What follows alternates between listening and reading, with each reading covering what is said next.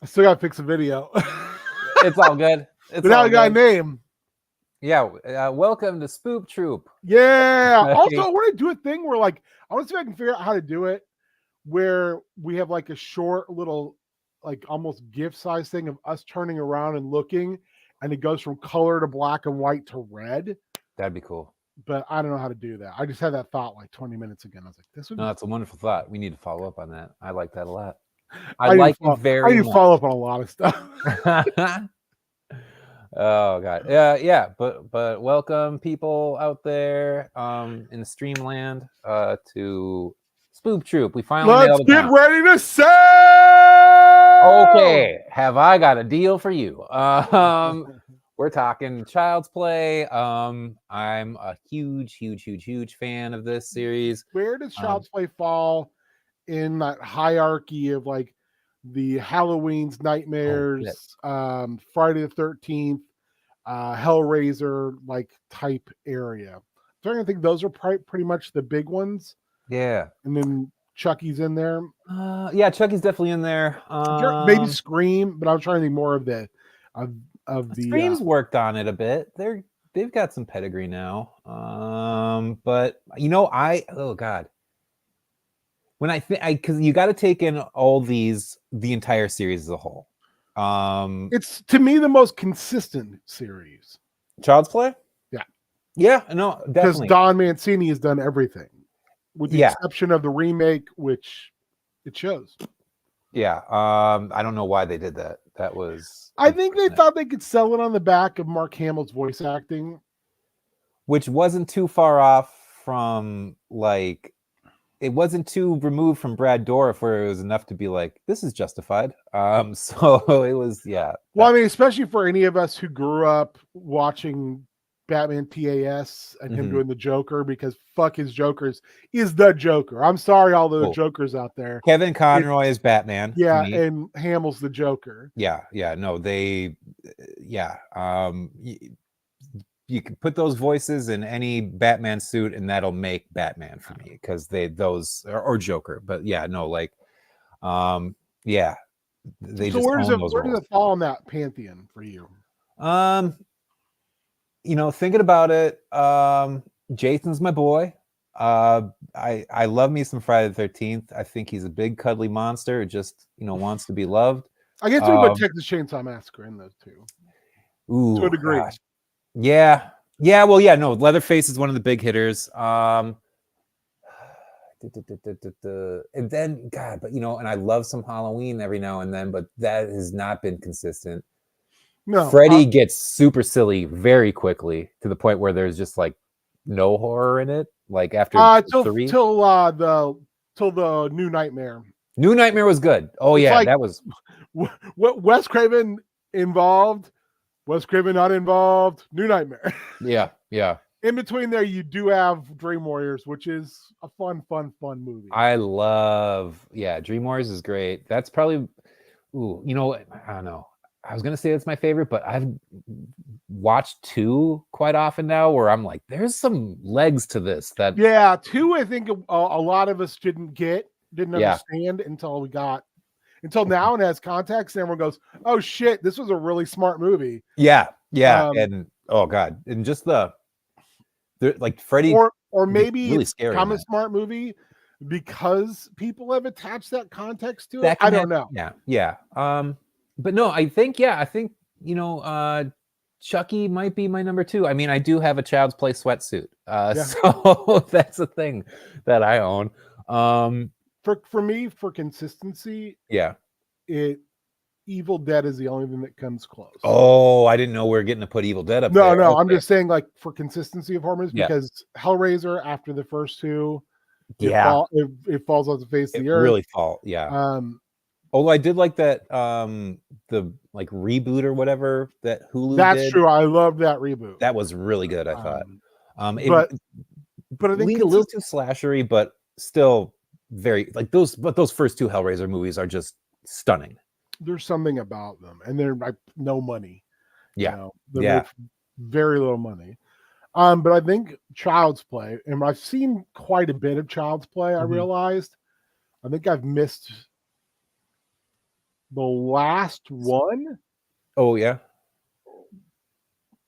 I'm trying to think if there's any other ones I've missed. So we've got Child's Play 2, where Andy's in the foster home. Yep. Then we got Child's Play 3, which is at the military academy. Camp. I've seen that one. Then we got just the Madcap, Bride of Chucky, and Seed of Chucky, which just went both.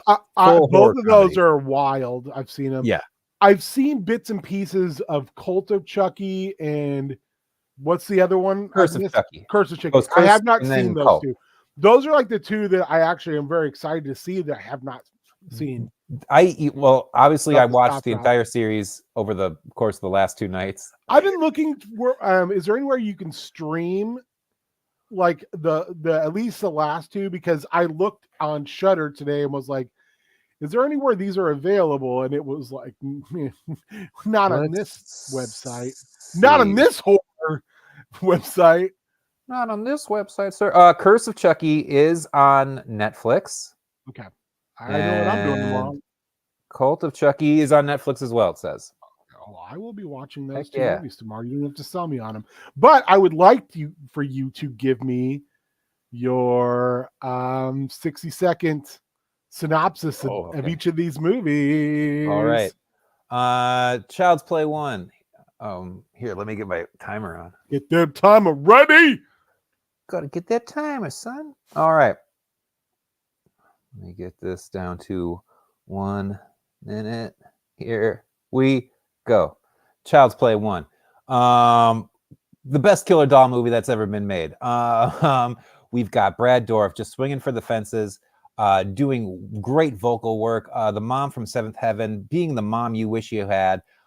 We've got the young kid who plays Andy Barclay, just being a phenomenal actor, just phenomenal for a little boy. Then we also have a wonderful, not cameo, but he's the cop, Chris Sarandon, just coming in and doing cool things. I think it feeds on that real substantial fear that you sometimes have of like, is there something going bump in the night? Is my toys? What is that? And then you wrap it in that fun 80s flavor of voodoo and just kind of carnage and anarchy. Also, the scene where Chucky finally reveals himself to the mom. He's like, you fucking bitch, you stupid slut. Like, I'm so sorry, but that makes me laugh every time with joy because it's just so unhinged and it's a classic. Okay, my turn to opine. And I want to opine on the movies. I just want to point things out after Colin talks, and I'll try to keep mine to 60 seconds as well. So starting now. Chris Sarandon, is there an actor out there who does more with the little he's given? I can't think of the Lovecraft movie he was in, where it's basically a trial of Charles Dexter Ward. He's in it, and he's the main character, and he's fucking amazing. Fright Night, he's just a really good actor. So, voice of Jack Skellington. Yeah. He does have a silky smooth voice, baby. All right, Child's Play 2. All right. Here we go. Did you practice this at all? No. Child's Play 2. So this time, this is where we get all the fun injected right into the series. This is where they go, let's make this a fucking awesome monster movie. A little bit Frankenstein in some ways, but even more so in the later ones. So we see Chucky getting rebuilt in the Good Guy Doll Factory. Mayhem ensues. Souls are transferred into new bodies. He's new and improved. He makes his way to Andy, who is now living in foster care, which is heartbreaking in itself.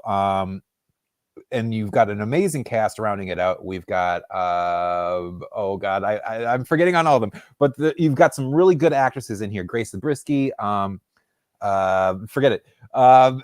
But Chucky goes just ham in this one. He's having all sorts of fun. He's killing people. He's running amok. He's messing with Andy, which all leads to this amazing showdown at the end at the Good Guy Doll Factory, which gets into full-on body horror.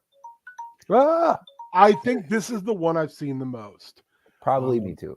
And I do agree. This is the one that has like big energy and is definitely a monster movie. For some reason, I always feel like it's got the similar vibe as like the 80s remake of The Blob for some reason. Ooh. And I don't know why. I don't know why I feel that way.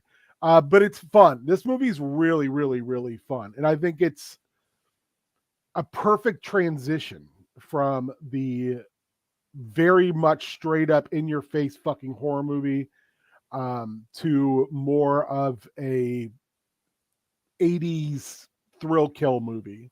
For lack of a better term, I just use that.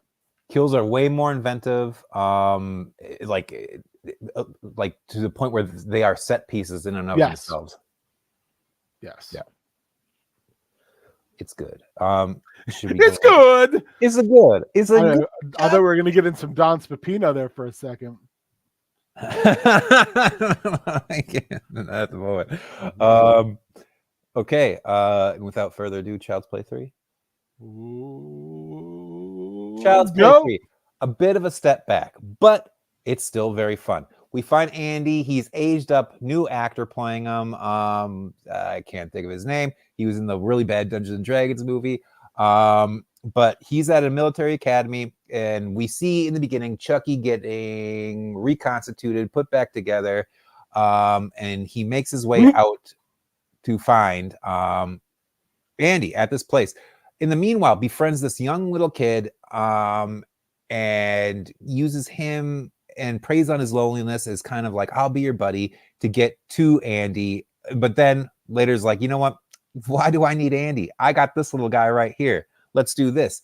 In the meantime, you've got that real classic, like snobs versus slobs, like kind of Revenge of the Nerds kind of vibe going on with the real militaristic kids versus Andy and his crew. That culminates in a crazy paintball fight with real bullets. So my thought about this, and this is just based on what I know about the series, not what the series is. This is the one that feels like that this was the blueprint for the series, for the TV show. I could see that. I also feel like this is a complete, as opposed to the other two, this is a complete time capsule. Yeah. This is the movie where I felt like they were being like, what is everybody else doing? Okay, we're gonna do something like that. Yeah, yeah. As opposed to everything else in this series, where they're like, fuck everyone else. It's very much like got the DNA of like like Toy Soldiers? Wasn't that the one movie? Toy Soldiers. What's the Taps even. But yeah, I feel like there's that one point in time in the late 80s to early 90s when there was all like, let's make a movie about kids under siege at a military school. And it does that. It does have that really, it goes to a very fun kind of climax where we're at that like roller coaster, like amusement park that's somehow very close by this thing. And that's kind of good, but you feel like it does take a step is missing from the second one of how amped up that was. But not a bad movie. Not a bad movie. No, I think it is definitely sideways. It doesn't have the same heat. But it's not. It could be way worse. I mean, it doesn't it doesn't have the fall off that most other members of its ilk do. It still keeps it high enough to where you're like, oh, okay, shit, this is still, I mean, it still holds up. It's still not, like we were saying, like there's certain Nightmare movies I have no interest in going back to. I'm like, I've seen this. I've seen it a couple times. I don't need to see it again. Same thing with, and I'm not as big a Friday the 13th guy as you are. So there's some you can really skip in those. And there's some like Jason X that I will watch almost religiously because it's so batshit fucking crazy and I love it. Yeah. But like, I don't know. Yeah. Like that's the 7th and 8th Friday the 13th. There's some cool moments. Although in the 7th one, you have to wait till the very end. So when you see like Jason unmasked, that's awesome. Yeah. But 8 is a goddamn boat ride that never ends. And the only thing that's even really memorable about it in a good way is punches the guy's head off. And maybe the scene where he lifts his mask up to the pump. Yeah, to show okay. That's also legit good. But otherwise, very forgettable movies, especially that 8th one for how hyped up it was. Like, Jason's going to take Manhattan. It's like, no, Jason's going to take a 2-hour boat ride. Yeah. So, I mean, again, I think this is where, when I had a chance to sit and think about it, where I was like, damn, Child's Play has just been consistent. Like, it's all killer, no filler, like pretty much throughout, with 3 being the one that dips a little bit. Yeah. And it's not afraid to try like new approaches to the formula too, which helps keep it a little fresh, as we'll see in the next one, Bride of Chucky.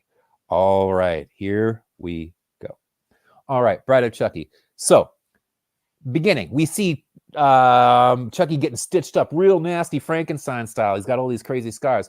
What's that? Is that Jennifer Tilly? No, it's Chucky's girlfriend, Tiffany, who looks exactly like Jennifer Tilly, brings him back from the dead, but wants to keep him as this little love doll. He's not into it. And along the way, you've got this kind of B plot about some kids that aren't really that important. Whatever, who cares? No, this movie is about the monsters. Yeah, this is all about the monsters and their dysfunctionality as a couple. It's Frankenstein, and yeah, it's Frankenstein, the Bride of Frankenstein on a road trip. But they're both kill crazy. Yes. We've got really good turns, especially by Jennifer Tilly's great in this. Brad Dourif's wonderful as always.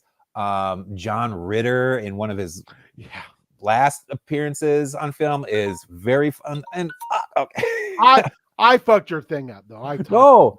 No. I will say that this is one of my favorites. It's so self-aware. And and it's got this weird, like, these two partially want to kill each other, but partially can't because there's like no one else is perfect for them as this other person. Yeah.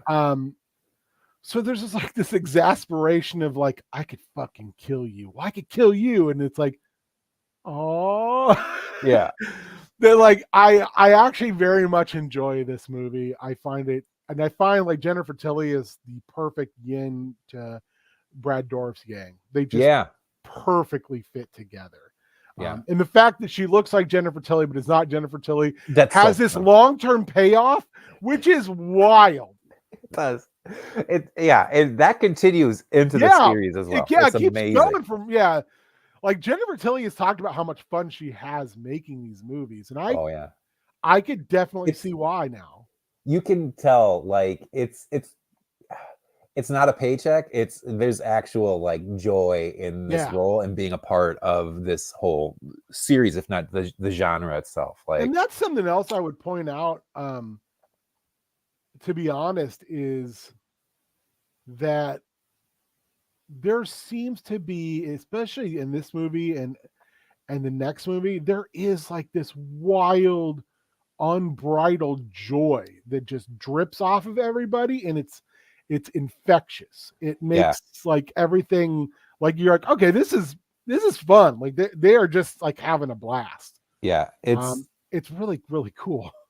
And it's I cannot think of another series that so deftly goes from like straight horror and dips into pure horror comedy, if not outright comedy, and nails it, where you're like, and it's so meta before meta was even a thing.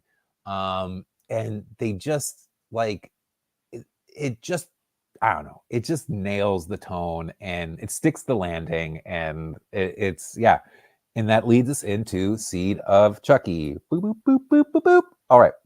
So at the end of Bride of Chucky, Tiffany gives birth to an evil little baby. Evil little baby has been played by Billy Boyd from Lord of the Rings fame. Has been kind of abandoned and living a life without his parents. Lo and behold, they come to his rescue, and it just becomes the wildest movie after that, where it's a big thing about gender and like, what's my purpose in life, and is this the right thing to be doing? As Glenn, or Glenda as they call the kid, which is also a great wonderful nod. Has a real hard time figuring out am I a boy? Am I a girl? Or like, am I a murderer? Am I not? And it's just the kills are there. It's super fun. God, that's a harder one to get into a minute. And I will just say that like it's the Glenn Glenda is a perfect nod to Ed Wood. Yeah. And I can't think of another horror movie that just flat out like we're gonna tackle an issue that pisses people off by and large, and we're gonna does it with care. Yeah, and does it with acceptance. Yeah, like you don't expect the acceptance to come the way it does, but it comes. And it's not contingent upon being a murderer. It is literally just parents going, "We love you no matter what." Yep. Yeah. And you're left like it is the most heartwarming tale of two murderous dolls and who love their son who hasn't figured out their gender yet. Yeah. Yeah.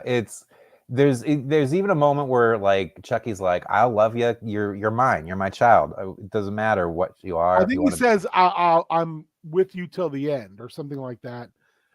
Friends to the end, or some shit like that. It's like a very much like when you see that out of context in like the Stinger commercials, you're like, is he gonna kill his kid? Yeah. But what it is like, no, he's like, yeah, I'm not just going to leave you. Like, you're my flesh and blood, and I care about you regardless of what anyone says or whatever happens. I'm like, I'm right here with you. Yeah. Chucky, he's a fucking parental role model. And this one also does the fucking hilarious thing of introducing Jennifer Tilly as Jennifer Tilly, which is just, I just love that. And they do the whole thing. In this one, they do the whole thing where Tiffany transfers herself into Jennifer Tilly. They bag on Jennifer Tilly, not like Chucky's like that voice, and then like Tiffany's like, it's the voice of an angel. It's just like it's such a embrace the like the weird kind of meta context, and just like looking at the joke and just saying, "Oh yeah, I can fuck with this." Yeah. It's just, I don't know. Like I have so much more of affection for it having watched it again recently. Like it really, kudos to Don Mancini for really, as a gay man, putting a lot of LGBTQ experiences and issues into this stuff, weaving it deftly very well, and being earnest about it. Like, it's just, I think it's just incredible what he's done, especially when we get to the series. I think he and Clive Barker are the two people who literally just put that kind of like, this is going to be in our work.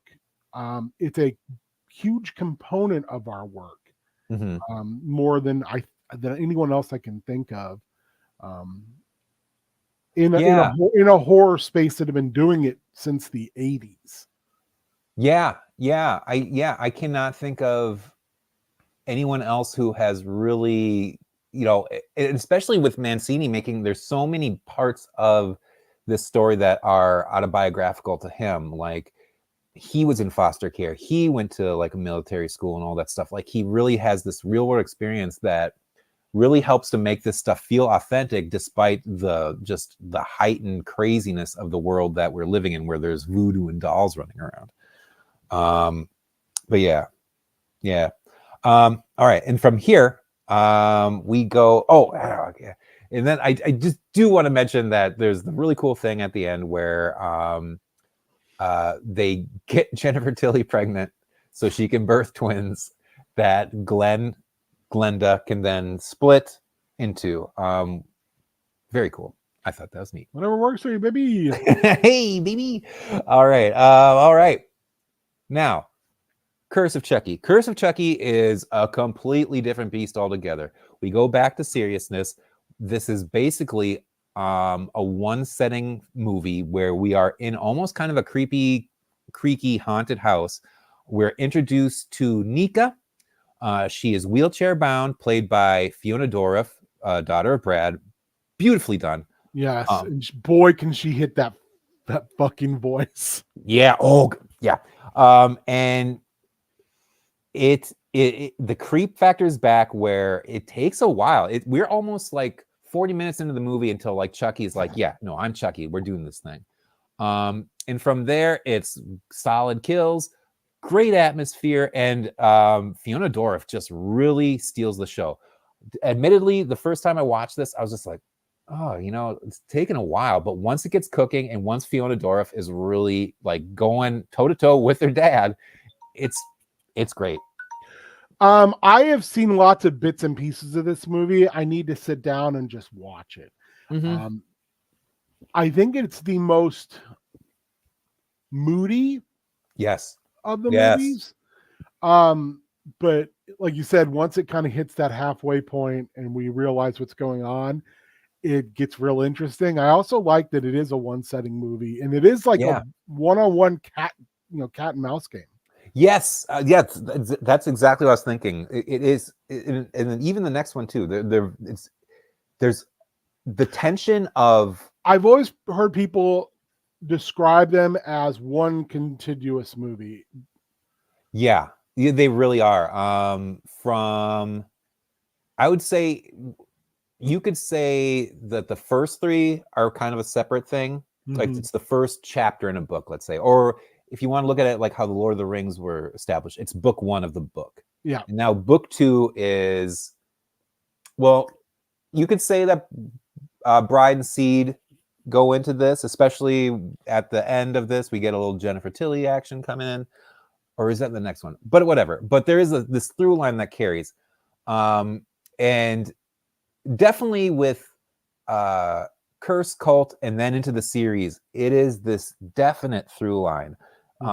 Even which is, it's just spectacular that that they've been able to do that, especially when you look at so many other franchises. Sometimes they get so caught up in trying to, oh no, we're going to dial it back, and now this thing. Nothing's ever taken back.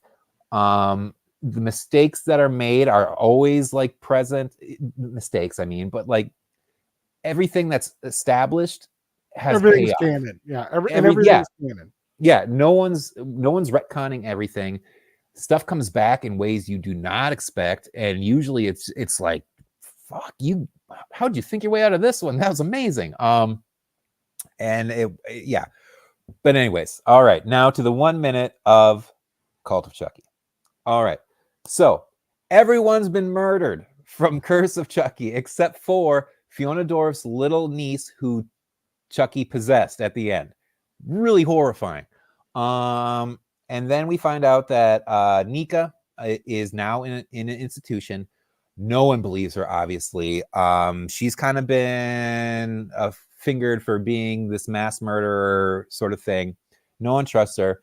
And all of a sudden, good guy dolls start showing up at the place. And we find out that, oh no, Chucky can split his soul into multiple different good guy dolls, as we get to see Andy come back into the picture, and he is having a really good time out by himself, just torturing Chucky heads. But there's amazing kills in this. It has some beautiful cinematography. There's a scene where a mirror breaks, and god damn it, it's good. It's good. It's real good. I have an idea of what this movie is just from seeing somebody review it. And this is probably the one out of the two. I think I'm more excited for this one because this one looks to be more like we're giving you all the we don't know if there's going to be another movie, so let's just give you everything. And I think that I think Mancini might have consciously been aware of that, like if it wasn't stated outright that, like, oh, we're going to reboot this, because they just go all out and throw so much stuff at the wall, but it all sticks. And it's just, it's wild. I also think, like, isn't Child's Play a franchise that has never been like, has never like reached the heights of like being a blockbuster, but it's also never dipped low. It's always been like solid. Yeah. It's like never made an assload of money, but it's always made like way more money than people thought it was going to. Yeah. And so it just keeps rolling. It's the perfect example of things that are kind of gone now, but that mid-budget kind of movie. You know, it didn't have to be a blockbuster, but it made money. It made money back. They made money on it. It's the Roger Corman thing of like, if my movie makes money, I get to make another movie. Yeah, and they are just stellar in that regard. Also, so in this one, we get so many returning characters. We get Andy coming back. Jennifer Tilly shows up at the very end. Fiona Dourif gets possessed by Chucky and does her dad's voice really fucking good. I've seen that, her and getting in the car. And the physicality of it all. It's like, holy Jesus, shit. That is incredible. That's frighteningly incredible. Yeah, no, I'm very excited to watch these two movies. They're great. They are wonderful. And so now we get to the real beast. Now, yes. Okay. The next 30 minutes. Why should I watch the television shows? Because the television show is, it takes everything that we've seen in the movies and just somehow takes it from a 10 up to 11. How so? In the format of a show, it's given much more time to breathe. We get real good characterization of our protagonists and antagonists. It allows like one of the most beautiful gay romances I've ever seen, and so healthily done too, between our main guy and this I'm blanking on his character's name, but they become boyfriend, and like it is just so like, I'm like, thank God that this is put out there, because I'm sure there's some kid out there who desperately needs to see that and have it be such a loving depiction of adolescent love from a non-straight perspective.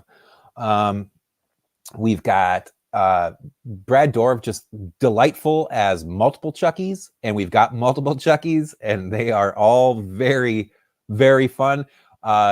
To the point, like, are they also like different aspects of him? So it's not like they're on all the same, like, yeah. You know, it's almost like the multiplicity thing where the more of me there are, the dumber I get. In the second season, there's one who's specifically modeled after Marlon Brando from Apocalypse Now. It's amazing. That whole idea just broke my brain. And I think they call him the General. And yeah, no, he's great. Then there's like this one who he burned his hand, so his fingers are always long and weird and stuff like that. There's another guy who got his head, like his hair burned, and they call him like Buzz Cut, and they're always like, look at your fucking hair. And he's like, shut up. But it's, yeah, no. And there's really good casting. Like Devon Sawa has played that's an interesting 6 different roles over like these 3 seasons. Like, and to the point where I was like, wait, that was Devon Sawa being that guy? Like, it was just wild. The kills are pretty astounding for something that's made for TV, like, you know, specifically like USA or sci-fi. Like, it's done well. I had heard that is all Mancini's, basically, like him going like, I'm not going to do this unless I get to do it my way. Yeah. And them going, well, we'll give you 1 season. Okay, we'll give you another season. Yeah. And it's like done so well that they just keep giving him seasons, but he's retained like creative control over it. To the point where he's been like, if you push me too hard, we just won't do it. Yeah, and good for him for having that stance, because like there's so much payoff. Like when we see Glenn and Glenda come back as like kind of younger, like 20-somethings. And seeing like Tiffany masquerading around as Jennifer Tilly is a real hoot, with also Jennifer Tilly still being stuck in the Tiffany doll held in a cage. And it's just, there's just so many layers to it. We get We get backstory on Charles Lee Ray, the Chucky character's namesake, and So, everything. at any point, do they try to make him a redeemable human, or is he No, good? Okay, never. because that would have bugged the shit out of me. No, we Because see that even in Bride and Seed, he's still like murder. Yeah. Although, like, there are some there. I guess I find them redeemable, or maybe just it makes me cheer. Where there's been a few moments in the series where people have just been like super homophobic, and like Chucky straight up kills him. He's like, "My son's queer, you fucking asshole." It's just like, yeah, Chucky, all right. Like, it's just like, hell yeah. But yeah, like, it just, in this new story, they were able to weave with a fresh cast of characters while still bringing back those like legacy characters, but not making it feel like, oh, it's a legacy. They're just parts of his life, and they just kind of, they've got their own shit going on, so they kind of weave in and out. Yeah, and like they have unfinished business for sure, but also like the main focus is never explicitly taken away from our new cast of kids. And they do some amazing stuff with these kids. Like one of them in particular, you are just cheering for this character to die until like there's this huge cataclysmic change of heart that you as the viewer have, where you're just like, oh shit, no, you're part of the crew now. I want you to make it. You got to do it. You got to live. You got to survive somehow. Is it the Flash Thompson? No. Where like you read old Spider-Man comics and you're like, God damn it, Flash. And then when you get a little bit older, I guess in that, and the comics go on, you know, Flash is like Spider-Man's biggest fan, and then he like uses that as inspiration to go into the service, and then Flash loses both of his legs.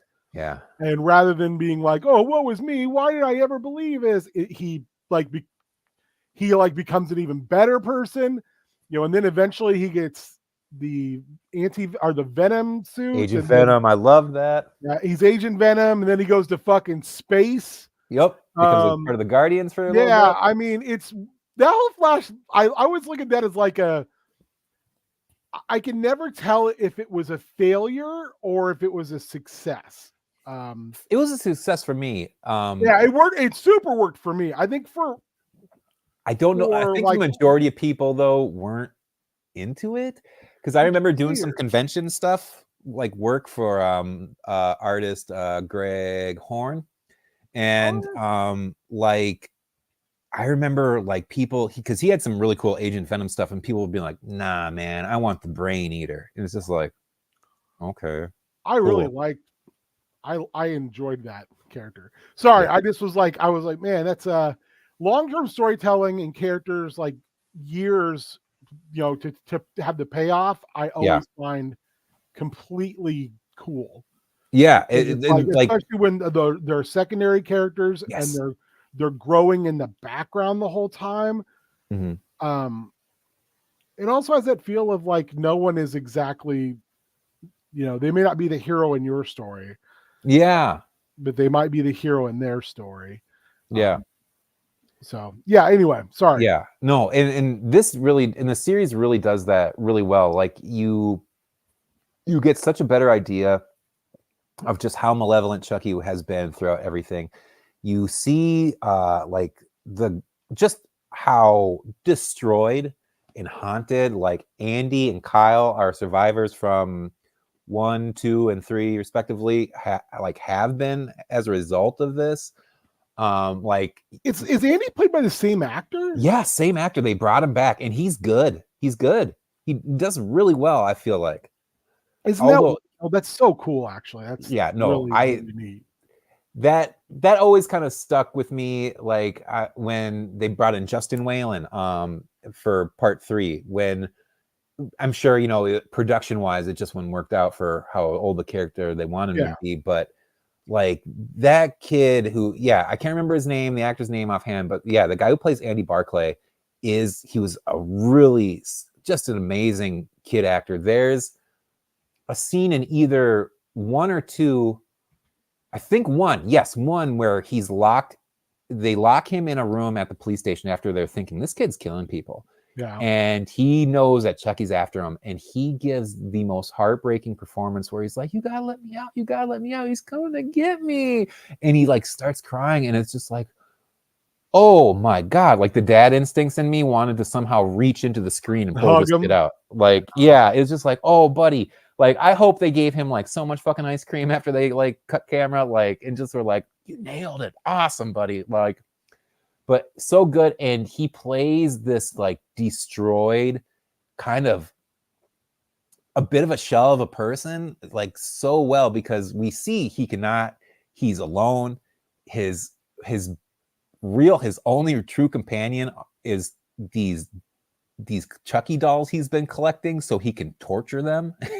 And because he's figured out that, yeah, Chucky's been able to do all this stuff and splice his soul around, and it's, yeah, he does so well. And they bring back Kyle, and she's just got so much attitude, Kyle being the older foster sister in part 2, and yeah, she's great. She's just super kick-ass. And she's good in everything. That actress is good in everything she does. She's just like, she's a very, very, very solid character actress. Yes. Yeah. And there's not enough of those out there. No, not anymore, man.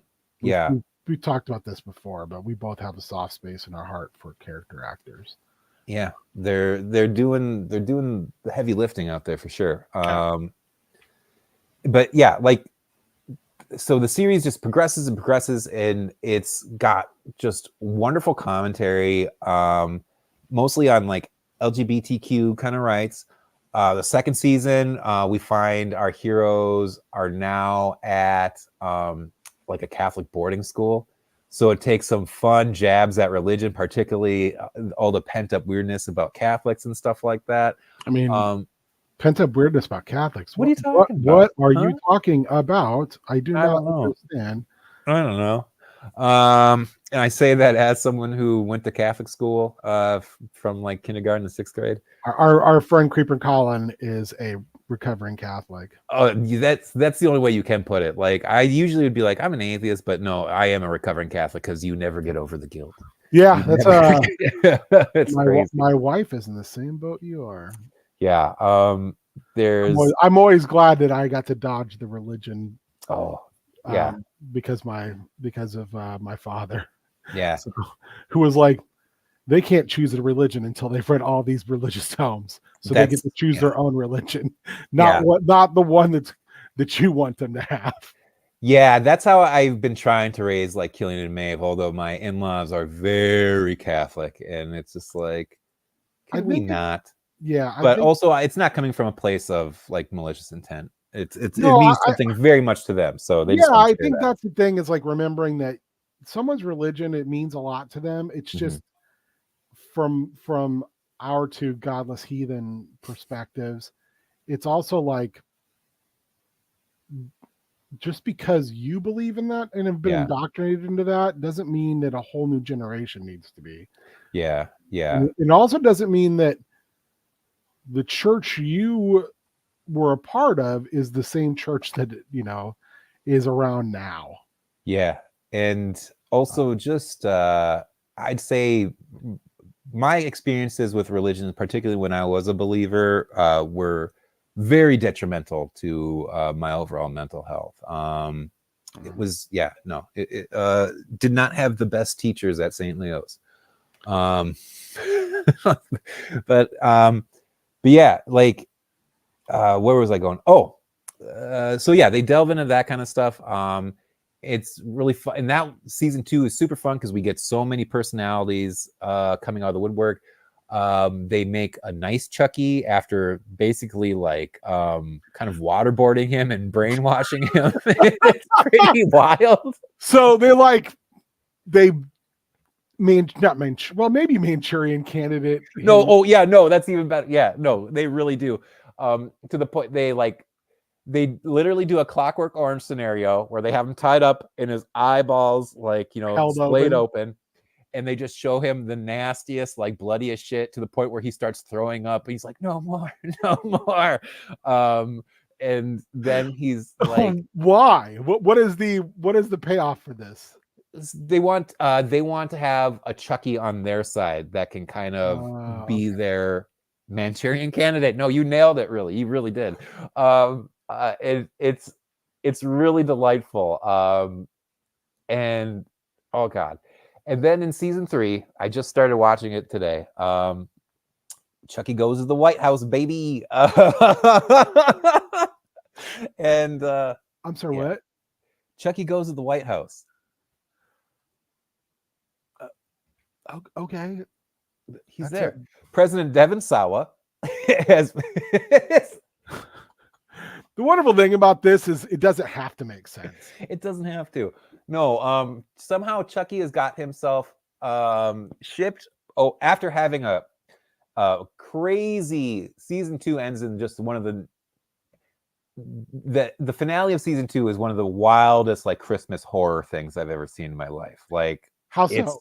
Oh, how so? Tell me more. I'm scared. If you want to see a woman get chainsawed in half by a killer doll, just like in one slice, it's wild. While he's wearing a cute little Santa hat, and I believe he had like Christmas lights wrapped around him too. Who doesn't want to see that? And if you don't want to see that, we're probably not friends. Yeah. I think it. That's on you. The jury's still out if it tops that classic Tales from the Crypt episode where there's a maniac on the loose and he's. Oh, that was like the very first episode. Yeah, that's a good one. And it's one of my favorite Christmas horror related things. But this is up there just because it's such a bloodbath and it's so like madcap, like Three Stooges, but like the Stooges are just in one person and they all have like brutal implements of death. So that also leads me to a follow-up question. Mm-hmm. How does this stack up against Ash versus Evil Dead? Ooh. Because that sounds very much in that same vein. And I know they're completely different driven vehicles because one is about a killer doll and the other one is about a human fail who somehow is the savior of the universe and doesn't really give a shit about it. Yeah. Who could not give two fucks about it. Oh god, that's hard. Just because, oh man, like Bruce Campbell is just, he's Bruce Campbell. I mean, also, like I will be quite honest, I loved that show.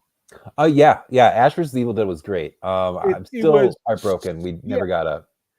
It was just buck wild, and I liked the introductions we got. His fucking dad, played by Lee Majors, was absolutely stunningly awesome. That was great. That was so wild. Yeah, just the whole kit and caboodle of it. Yeah, we got to see like everything you didn't want to know about Ash, or were wanted to know, maybe or afraid to ask, like Ashley Slashley, all that stuff. Yep. Just and the Paco, and I can't think of the lady's character's name. That sounded really great. Oh, who was the lady character's name? Was it Janine? I don't think that sounds right. No. But I felt like they were such good foils. Oh, for sure. And such good sidekicks. Yeah. And part of me was like, is he eventually just going to retire Ash and these two are going to take over? Because I was like, I would have been all about that. Yeah. Also, Lucy Lawless. Yes, I was just going to say she was great as Ruby, right? Yeah. Yeah. Oh man, Ruby was. Put Lucy Lawless in anything, she's just going to shine. She's so good. I mean, and I very much love the fact that her and Sam Raimi have such a, and Ted Raimi for that matter, have such a good working relationship that she pops up in all kinds of things. Like she's in Spider-Man. Yeah, she's married to Rob Tappert, I believe. Which is another like weird connection. He produces all of every single. He's part of that old Michigan crew that Campbell and the Raimis are all part of. Like the Colin brothers. Yep. Oh yeah, can't forget them. Yep. But which lead I just as quick aside, I mhm. watched a thing about the Big Lebowski, Yeah. like a video essay, and the point of the essay was to explain that the Big Lebowski is simply a modern take on the old Philip Marlowe detective noir. Yeah. They're like, there's stuff that the Coens, and I didn't know this, that they lifted directly from some of those old movies, like line for line, except for in dude speak. And there's all kinds of like little homages to actors and actresses who were in those movies, for like first name, last name swaps, and all kinds of wild stuff like that. And it's real wild once you have someone like point out all of that to you, and you just go, how, I mean, not that I'm hugely wrote in like The Big Sleep and stuff like that, but Oh yeah. how did no one see this like in their like reviews at the time? Like, Yeah. how did like our bastions of film purity like Siskel and Ebert not point out like, this really is, Gene, it's just an homage to the old noir movies. Yeah. It's I always think it's so interesting too, because we listen to people like that, Mm-hmm. and in the modern age of the internet, you can watch somebody who has spent, I don't know, 6 months researching this stuff, watching it and taking it apart, and they will give you such a better indication of whether something's for you or not than people who are paid for it. Yeah. Yeah. No, Anyway, that's true. that aside is just, I forgot to tell you about that previously. Although, like, God, I heard it explain something like that in a real. It might have been Jason K. Pargin actually. Pargin Talking about how everything that we use nowadays, any kind of technology and stuff like that, is because at some point there was someone who was super, super obsessive about that one thing, and they just devoted all their time to it. I've heard him talk about that before. So I think that's where that comes from nowadays, is like, it's not just like I'm a film critic and I'm watching all this stuff. It's someone who's like, I love this film, and this is my life. Yeah, and this is what it's all about. Like, yeah. But I would put Chucky the series right up there in an S tier with Ash versus Evil Dead for just superbly sticking to the formula of what their progenitors were, and being able to take the story further without missing a beat at all. Okay. All right. Well, since we're coming to the end of our beautiful, beautiful hour together, final pitch. Final pitch. You need to see Chucky the series if you've ever in your life enjoyed one brief moment of Chucky the Killer Doll ever. You will laugh, you'll cry, you'll grow as a human being. You'll want to reach out and touch someone and share this experience with them. You will feel renewed in a way you never have before, ever in your life. Just by watching Chucky the series. It'll make you a better human being. It'll make you a better lover. It'll make you a better pet owner. Anything you want to make better, watch Chucky the series. It'll rub off on you. It's like a miracle formula from the 20s. Yeah. All right. Well, I mean, and I'll be honest, you had me. Once we started talking about it, I'm in. I will watch it. Maybe we'll even do some little, I don't know. I don't know if we can do watch alongs. Because I don't know where that's streaming at. But yeah. Maybe you and I, because it's on Peacock, I believe. I don't know if I have Peacock. Okay. It's like 30-minute episodes or a full-on hour. I think they're close to like 40-ish. Okay. Yeah. Maybe we'll do some like minisodes that will do like a short conversation and record it, and then just be able to drop them in whenever we want. Yeah. I think that could be fun because I like you very much enjoy when I get to experience someone else's first experience with a media that I enjoy. Yeah. It makes me very giddy.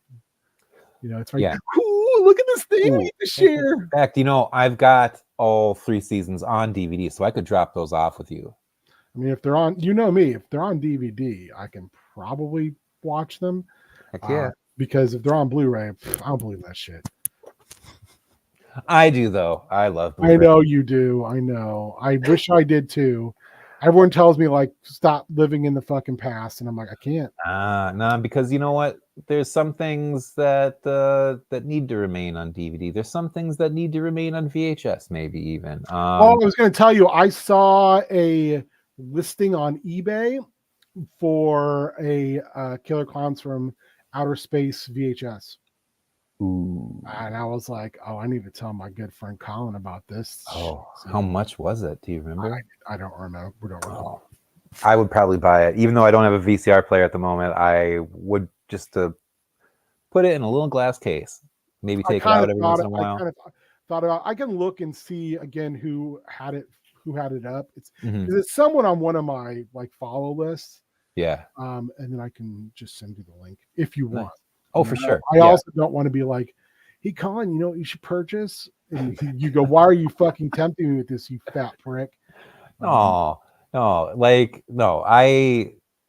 That movie, I've got a rich history with Killer Clowns. And I know you love it. You like legitimately absolutely adore that movie. Yeah. And yeah, I think it's like one of those things when people have like pieces of media that they just, it's like you said, it's kind of a touchstone of who you are, and it means that much to someone. I think it's important to be able to I guess like make sure they know that something like that's out there for them. Yeah. It puts me in a happy place all the time. Anytime I watch it, it's like Matt sends me shit all the time that I can't afford nor will I probably buy. But it's the fact that out of the kindness of his black heart, he'll send them to me. So I know that like, oh, this dude cares that I want to buy this Motu thing that I really shouldn't because it's expensive. And I'm just a poor boy. Nobody loves me. It's easy come, easy go. Little highs. Let me go. What's next? Next, what are we doing? Let's do. I know we talked about a couple different things. So I didn't know if you had. What? We talked about me selling you on something. And Ooh. 2 things that I had an idea for. Okay. One was the Darkest of the Hillside Thickets, the Shadow Out of Tim album, which is a concept album that is completely about Call of Cthulhu. In fact, we get a song in Farsi at the end about Near Latho. The way you're stroking your beard makes me think that you really, really want to do this. It's one of my favorite albums. It's okay. Especially because they're such a poppy punk band or poppy metal, I guess. I don't know what you'd call them. They kind of like when you have a whole song that's written and performed in Farsi with a very like Middle Eastern sound, and the only word I know in it is Near Lathotep. It's pretty great. And then another album, they did a whole song in German. The whole album's a concept album about a science fiction show from the 70s from Germany. It never existed. And there's a song called in German, I can't remember what the title is, but there's no English till the very end where it says, this is an outrage. Where are you taking me? And it just says it repetitively. I mean, the last album they released was Dukes of El Hazarad. My God. Which is got them on it's like a drawn cover, very beautiful, almost like Alex Ross-esque.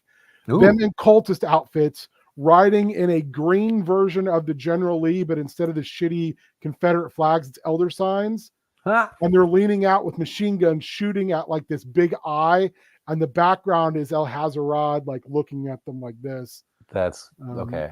That's rad. Their albums are great. I mean, and they're all pretty much Cthulhu or Lovecraftian mythos type stuff, which is pretty good. Okay. Anyway, that or I know I've mentioned this since like day one. Immortal Hulk. Ooh, okay. Ooh. Al Ewing's run on Immortal Hulk, because it is, I don't know if you've read it or not. So I have, from the big thick like omnibuses of it, I've read the first 3. I have yet to read the 4th. So okay. I have not. Well, then I think that's one I don't need to sell you on.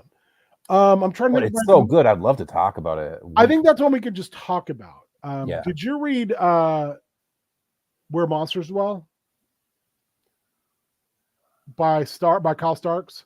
Is that the Killers in the Yes. Okay. I'm trying to think if there's something I am into that maybe you're not. So how about we shelve that, because that'll give me time to come up with a list of things.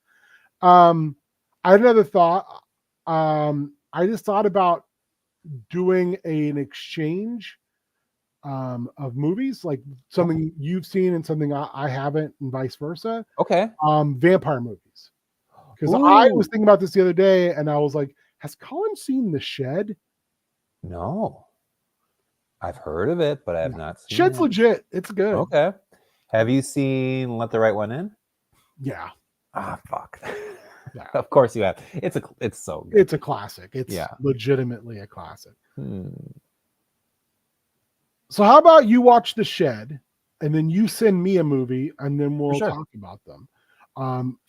So in that way, like, there'll be movies we haven't seen. And again, it's that whole like thrill of like, well, did you like it? Did you enjoy it? You know, I do like when we do that type of thing. So, and then we'll start putting together what our episode after that is. I'd like for us to try to figure out like 4 episodes that we can like put them down in our Discord, and then like every 4th episode is like a Nashy Boys. That'd be great. I like that. Yeah. Because I'm going to hurt your feelings here, and I don't mean to. But you missed a hell of an episode, hell of an action. Oh, I know. No. Have you watched the movie yet? I started watching it. I'm like halfway through it. I got interrupted. It's like 2 movies, dude. Halfway through, it completely becomes a different fucking movie. What? Yeah. You get to the first part of the movie, there's no Dr. Jekyll at all. Yeah, I was like, what? It's just a straight up like old school Nashy werewolf movie. And then the second half of the movie, when they go to London, it's all Dr. Jekyll business now. And you're like, what in the fuck just happened? In the best way possible, because they do give you a reason they leave Spain, but like it just like abruptly switches, which makes it so fun, because it was like we were watching a weird Nashy double feature within one movie. I like it. Yeah, and we both were like, I had to massage our necks from the whiplash, but in the best way possible. Yeah. And the second part of that movie gets wild. Ooh, okay. Wild. Like wilder than anything we've seen so far with Nashy? Concept-wise, yes. Oh, wow. Concept-wise, oh, yes. I can't wait to talk to you about it, because what goes down is real, like, mad scientist shit, and you're just like, wait a second, that doesn't make any sense at all. Yeah. But it's cool. All right. But yeah, maybe we'll like start to throw out some ideas and put that on the Discord. For sure. Colin, where can people find you? You can find me next week on Tuesday. We'll be doing Meng on Meng. The week after that, you can find me Thursday. We're going to be doing some Spoopy Boys, or Spoop Troop, excuse me. The Troop. You can find me Sundays. If I'm not chilling with my kids, I'll be doing some prep school. Every so often, I'm doing some Star Wars on that hidden path. Otherwise, you can find me. I'm trying to convince him to come back to Chaos Sky, because we haven't seen him since the very first episode. Oh, yeah, do that. Also, you can find me Creepin' Colin on Steam, Xbox, all that stuff. Also, shameless plug time, Second Chances Personal Training on Facebook and Instagram. Check me out if you need some in-person or online training, accountability buddy, whatever it might be. I'm here to help you. I'm cheap compared to what you'd find at a gym. So you want to make a change, you want to get a little healthier, I'm here for you. Tomorrow I'm going to be watching but not playing. Doug's playing WoW, new expansion. Once expansions come out for WoW, Doug disappears into the Doug cave for like a month. But I was like, hey dude, do you want to do Bad at Games? And he was like, no, there's new WoW expansion. So like he said last week, he was like, don't count on us doing anything for like a month. Yeah. Because I'll be busy. Busy with that? Wow. I'll be busy in Azeroth, bitch. Oh yeah. So I was like, well, we played WoW together and I enjoyed that, actually shockingly so. Yeah. I really like the lore in WoW. It's really wild. Yeah. It's got really good lore. Doug is going to play the new expansion and he's just going to talk lore.